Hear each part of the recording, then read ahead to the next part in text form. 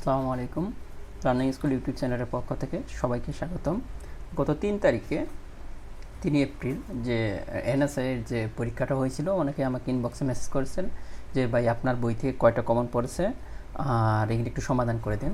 এর জন্য আমি দেখাবো যে আমাদের এই জব ম্যাথ বইটা থেকে 20টা ম্যাথের মধ্যে থেকে 17টা ম্যাথ এই বই থেকে এসেছে। কিছু হুবহু আসছে আর কিছু জাস্ট সংখ্যা চেঞ্জ হয়ে আসছে। আমি হুবহু এই বইয়ের দেখেন, আমরা কিন্তু দেখছি জব ম্যাথ বইয়ের 195 নম্বর পেজ দেখিয়ে দিচ্ছি, 235 নম্বর পেজ, 219 নম্বর পেজ, 228 নম্বর পেজ। এটা তো 2021 সালের এই এপ্রিল মাসের 3 তারিখে যে পরীক্ষাটা হলো সেই পরীক্ষাটা এখানে দেখেন, একভাবে সে একটা পণ্যের মূল্য এত পার্সেন্ট বাড়লো, অতপর ভরিত মূল্য থেকে এত পার্সেন্ট কমালো। এটা ছিল আমাদের বইয়ের মধ্যে, কিন্তু এখানে জাস্ট 10 ছিল, এখানে 10% বাড়ালো, 10% কমালো।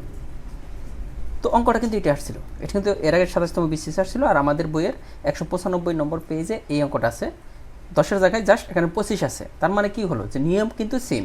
আমরা কোন সূত্রটা করছিলাম? a plus B into A B by 100। দেখেন আমাদের এখানে সূত্র দিয়ে করা আছে, মানে কত সহজে করা যায়।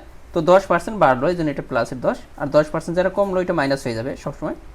তাহলে 10 ইন্টু এ আর বি এর মান, এক এর মান 10 আর এক এর মান যেটা মাইনাস, ওইটা বি এর মান হচ্ছে -10 টু -10, নিচে হচ্ছে 100।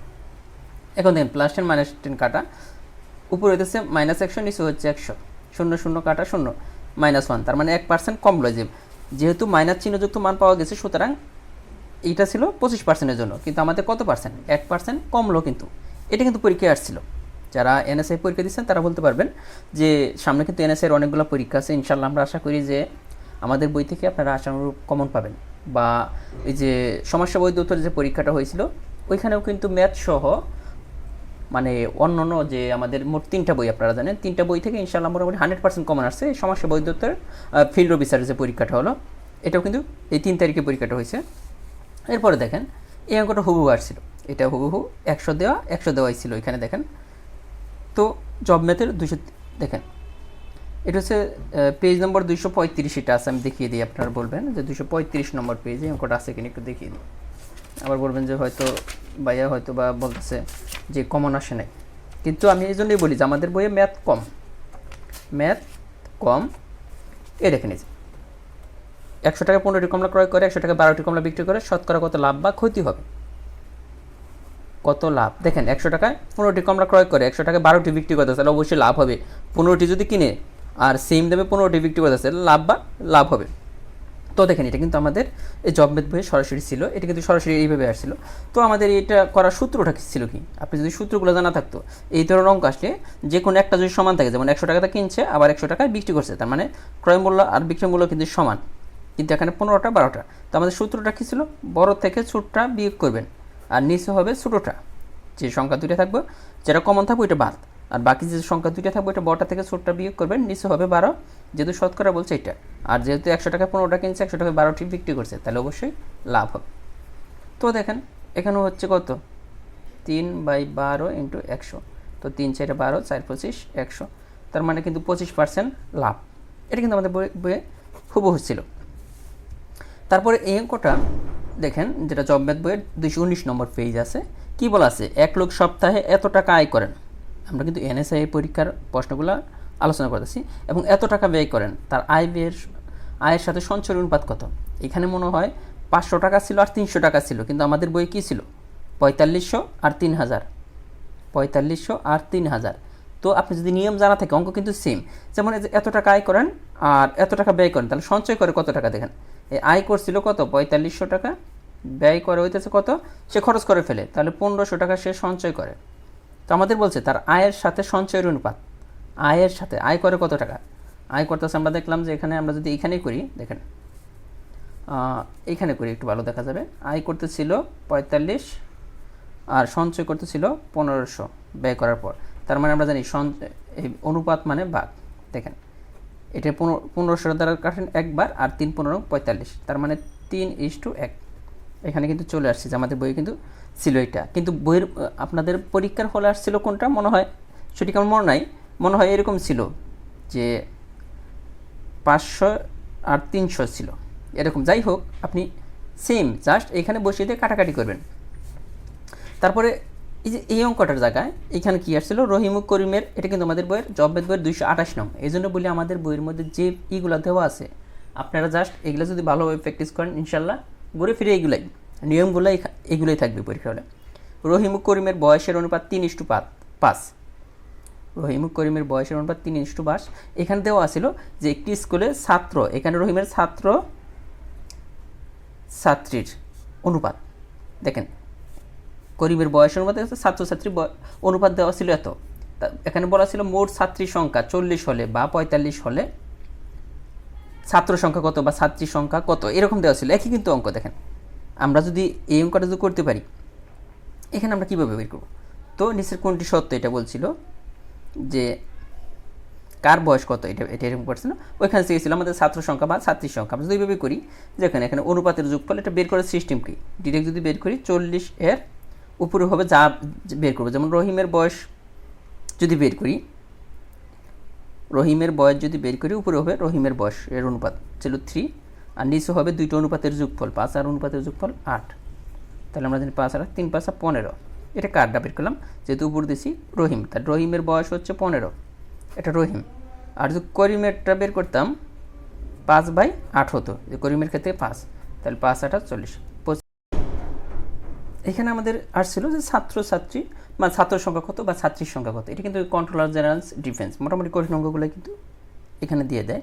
তো এই অঙ্কটা কিন্তু আমাদের বই থেকে হুবহু আসে নাই, বাট এখানে করিম আর রহিমের জায়গায় ছাত্র ছাত্রী সংখ্যা ছিল আর সেম। এই অঙ্কটা আবার কিন্তু হুবহু এসেছিল যে পিতা পুত্র বয়সের অনুপাতে হলে 5 বছর পর তাদের বয়সের অনুপাতে হলে পিতার বর্তমান বয়স কত, হুবহু এটা আসছিল। দেখেন এটা কিন্তু আমাদের বইয়ের 230 নম্বর পেজে ছিল। আবার বলতে পারেন যে নেই মনে হয়, আমরা 230 নম্বর পেজে যদি চলে যাই জবমেদ বইটা থেকে, হ্যাঁ এই বইটা থেকে। এই জন্য বলছি যে আমাদের ছোটো একটা বই, আমাদের ইউটিউব চ্যানেলে কিন্তু সম্পূর্ণ বইটাই সমাধান দেওয়া আছে। আপনারা চাইলে প্রাইমারির জন্য বা দ্বিতীয় তৃতীয় শ্রেণীর জবে আমাদের এই বইটা থেকে প্রাইমারি সহ দ্বিতীয় মানে নিবন্ধন দ্বিতীয় তৃতীয় শ্রেণীর পরীক্ষায় ইনশাআল্লাহ সর্বোচ্চ পরিমাণ কমন পাবেন। তো আপনারা জানেন যে বইটা কতটা পপুলার, বা মোটামুটি যারা আগে ম্যাথ পারতো না, ম্যাথ দেখেই ভয় পেত, তারাও কিন্তু এখন আমাদের এই বই প্লাস আমাদের ভিডিও দেখে ম্যাথ শিখতে পারছে। তো বইটা অবশ্যই 25 থেকে 30 মিনিটে ম্যাথ সমাধান আপনি করতে পারবেন ইনশাআল্লাহ এই বইটা যদি হাতে থাকে। এখন দেখেন যে এই যে বইটা আসছিল ম্যাথরা, এটা কিন্তু হুবহু আসছিল এনএসআইতে। তো 230 নম্বর পেজে আছে, আমরা এটা দেখাতে চেয়েছিলাম যে 230 নম্বর পেজে এই অঙ্কটা আছে কিনা। 230 বলতে এ দেখেন যে জবমেদ বইয়ের এটা কিন্তু ছিল হুবহু। তো আমাদের বইয়ে বারবার বলতেছি খুব বেশি ম্যাথ না, যেহেতু প্রতিটা ম্যাথই আপনাদেরকে বুঝিয়ে দেওয়া আছে আমাদের ইউটিউব চ্যানেলে। যারা ম্যাথ কম বোঝেন বা ম্যাথের কারণে জব হচ্ছে না, অবশ্যই আপনারা আমাদের এই বইটা ফলো করতে পারেন। বিসিএস আর ব্যাংক বাদে অন্যান্য সকল চাকরির জন্য আমাদের এই বইটা প্রযোজ্য। তারপর দেখেন যে এটা তো আমরা একটু দেখেছি যে এটা আমাদের বই থেকে আসছিল। তারপরে দেখেন এই যে যদি একটি কাজ 9 জন লোক 15 দিনে করতে পারে, অতিরিক্ত 3 জন লোক ক্লিক করলে কাজটি কত দিনে শেষ করতে পারবে। এটা আছে আমাদের বইয়ের 272 নম্বর পেজের। তো 272 নম্বর পেজ আমরা যাব, হুবহু এটাই ছিল। দুই একটা আসছে শুধু আপনাদের সংখ্যা চেঞ্জ হয়ে, বাকিগুলো কিন্তু হুবহু সেম ছিল। কোন অঙ্কটা আসছে যে এই দেখেন এই অঙ্কটা কিন্তু প্রাক প্রাথমিক ছিল 2014 সালে। কী বলা আছে, যদি একটি কাজ 9 জন লোক 15 দিনে করতে পারে, তাহলে অতিরিক্ত 3 জন লোক নিয়োগ দিলে কাজটি কত দিনে শেষ করতে পারবে। অতিরিক্ত 3 জন লোক নিয়োগ করলে কাজটি কত দিনে শেষ করতে পারবে। তো দেখেন এই অঙ্কটা আমরা কয়েকটা সিস্টেমে করতে পারি। তো M1D1 ইকুয়াল M2D2। এখানে M1 মানে হচ্ছে দেখেন যেখানে প্রথম যে লোক সংখ্যাটা হচ্ছে 9 M1, আর ডে 1 এখানে কিন্তু একটা ডে দেওয়া আছে 15। আবার M2 গিয়ে দেখেন এখানে কি হয়ে গেছে, অতিরিক্ত 3 জন লোক অ্যাড হয়েছে, আগে ছিল 9 জন 3 জন, তাহলে 9 আর 3 12 M2। আর D2টা আমাদের বের করতে বলছে হোয়াট। তো এইখান থেকে যদি আমরা D2টা বের করি দেখেন কত সহজভাবে করতে পারি যে M1D1 M2, জাস্ট আপনি এখানে মানগুলো বসিয়ে দেন। M1 এর মান আমরা পেলাম 9, আর D1 এর মান 15, আর M2 এর মান হচ্ছে 12 পেলাম। তো এটা যদি কাটাকাটি করেন এই যে 11 সমস্ত 4-এর 1 দিন আসবে। তো এটা কিন্তু আসছিল। আবার এই অঙ্কটা আসছিল, একটি দুর্গে 500 জন লোকের 20 দিনে খাবার আছে, 5 দিন পর 100 জন লোক চলে গেলে বাকি খাদ্য কত দিনই চলবে। এখানে জাস্ট 5 দিনের জায়গায় 5 মাস আছে, আর এখানে মনে হয় যে কত মাস যেন একটা মাস ছিল, এখানে দিনের জায়গায় মাস ছিল, আর কিছু না, বাকি সব সেম। এই অঙ্কটার ছিল 17 নম্বর যে অঙ্কটাকে। তারপরে দেখেন যে এই যে উৎপাদক বিশ্লেষণের এই অঙ্কটা হুবহু ছিল এটা। তারপরে দ্বারার এই অঙ্কটা ছিল, দেখেন এই অঙ্কটা করার মানে সহজ যে টেকনিক আমাদের বইয়ের মধ্যে যেভাবে দেওয়া আছে, এত দ্বারাটির সংখ্যাগুলোর গড় কত, এরকম যদি থাকে যে এখানে যে দ্বারাটি ছিল, তো এটা বের করার সিস্টেম হচ্ছে যে দ্বারার 1, দেখেন এখানে যদি নির্দিষ্ট কিন্তু থাকতে হবে, 1 আছে, এরপর 5 আছে, এরপর 9 আছে, তার মানে এটা থেকে এটা বিয়োগ দেন, এটা থেকে এটা বিয়োগ করলে কিন্তু 4, আবার এটা থেকে এটা বিয়োগ করলে 4, এরকম যদি সমান্তর দ্বারা হয়, গুণোত্তর দ্বারা না হয়ে যার শেষে দ্বারাটা যদি সমান্তর থাকে, শেষের যে সংখ্যাটা থাকবে ওইটার সাথে প্রথমকার সংখ্যাটা যোগ করবেন, যোগ করার পর 2 দ্বারা ভাগ করলে যা হবে এটাই কিন্তু আপনার গড়। তো এটা কিন্তু পরীক্ষা ফল দিয়েছিল যে 42/2 সমান হচ্ছে 41, দেখেন। আর নর্মালি এটা যদি গড় বের করতে চান তাহলে কিন্তু অনেক সময় লাগবে। আর 1 নম্বর ছিল, দেখেন যে 158 নম্বর যে অঙ্কটা গাণিতিক গড়, এখানে দেওয়া ছিল এক্স ওয়াই জেড এর মান দেওয়া ছিল এত এবং এত, এখানে এক্স ওয়াই জেড দেওয়া ছিল মানগুলোর জায়গায়, জাস্ট আমাদের বলছে এত আর কোন সংখ্যার গাণিতিক গড়ের মান এটা। তো মোটামুটি এই গড় কিন্তু কাছাকাছি ছিল। আবার এটাও কিন্তু হুবহু আসছিল, এখানে এই যে আপনার চেয়েছিল যে 2xy এর মান কত, 2xy এর মান কত, এখানে xy না আছে, এখানে যদি 2xy চায় এখান থেকে একটা 2 কমে যাব, এখানে শুধু 2 হয়ে যেত। দেখেন অঙ্ক কিন্তু কাছাকাছি ঘুরে ফিরে কিন্তু এইগুলো আসছে এনএসআই পরীক্ষা। আরেকটা অঙ্ক আসছিল, আমি আপনাকে বলি যে এটা আসছিল যে আমরা সবাই জানি x+y², যেগুলো আসলে কমন পড়ার দরকার নেই, সেই অঙ্কগুলো আমি এখানে লিখি নেই, তখন আপনারা বলবেন যে অঙ্কগুলো দেখানোর দরকার নেই, এগুলো সহজ ছিল। এইটা আসছিল, কিন্তু আমাদের আসছিল যে x² + y² এর সাথে এর সাথে কত যোগ করলে যোগফল x+y² হবে। দেখেন আমরা জানি এইটা সমান, যদি এটা জানি এই যে x+y², তার মানে আমাদের x² আছে, y² আছে, 2xy যোগ করলে এটা তার কমন সবার জন্য। আরেকটা আসছিল যে 90 ডিগ্রি কোণকে কী কোণ বলা হয়, এটা আমরা জানি যে সমকোণ। এগুলো কিন্তু আমাদের সবই আছে আমাদের এগুলো আমি আসলে সময় নিয়ে বের করি নিই, যেহেতু সহজ জিনিস। 90 ডিগ্রি কোণকে কোন কোণ বলা হয়, সমকোণ, এটা আসছিল। আরেকটা আপনার প্রশ্ন আসছিল যে সমবাহু ত্রিভুজের 2টা কোণের অন্তর্ভুক্ত কোণ কত, সমবাহু ত্রিভুজ। তো সমবাহু ত্রিভুজের আমরা জানি প্রত্যেকটা কোণের পরিমাণ কিন্তু 60 ডিগ্রি, কিন্তু আমরা সবাই জানি। তো 2টা বাহুর অন্তর্ভুক্ত কোণ কত ডিগ্রি, 60 ডিগ্রি। এগুলো কিন্তু কমন জিনিস, সব জায়গায় এগুলো পাবেন। তারপর আরেকটা অঙ্ক আসছিল যেটা যে এরকম আসছিল, x = -3 হলে 3x ইনভার্সের মান কত। এটা কিন্তু আমি 2 দিন আগে করানো হয়েছে এই অঙ্কটা, ওই ইনভার্স ইয়ের যে এটা যেহেতু সহজ জিনিস আমরা লিখে নিই, x = -3 হলে এর মান কত, মানে 2 দিন আগে মনে হয় আমি করেছি আপনাদেরকে ওই থেকে সূচকের অধ্যায় থেকে।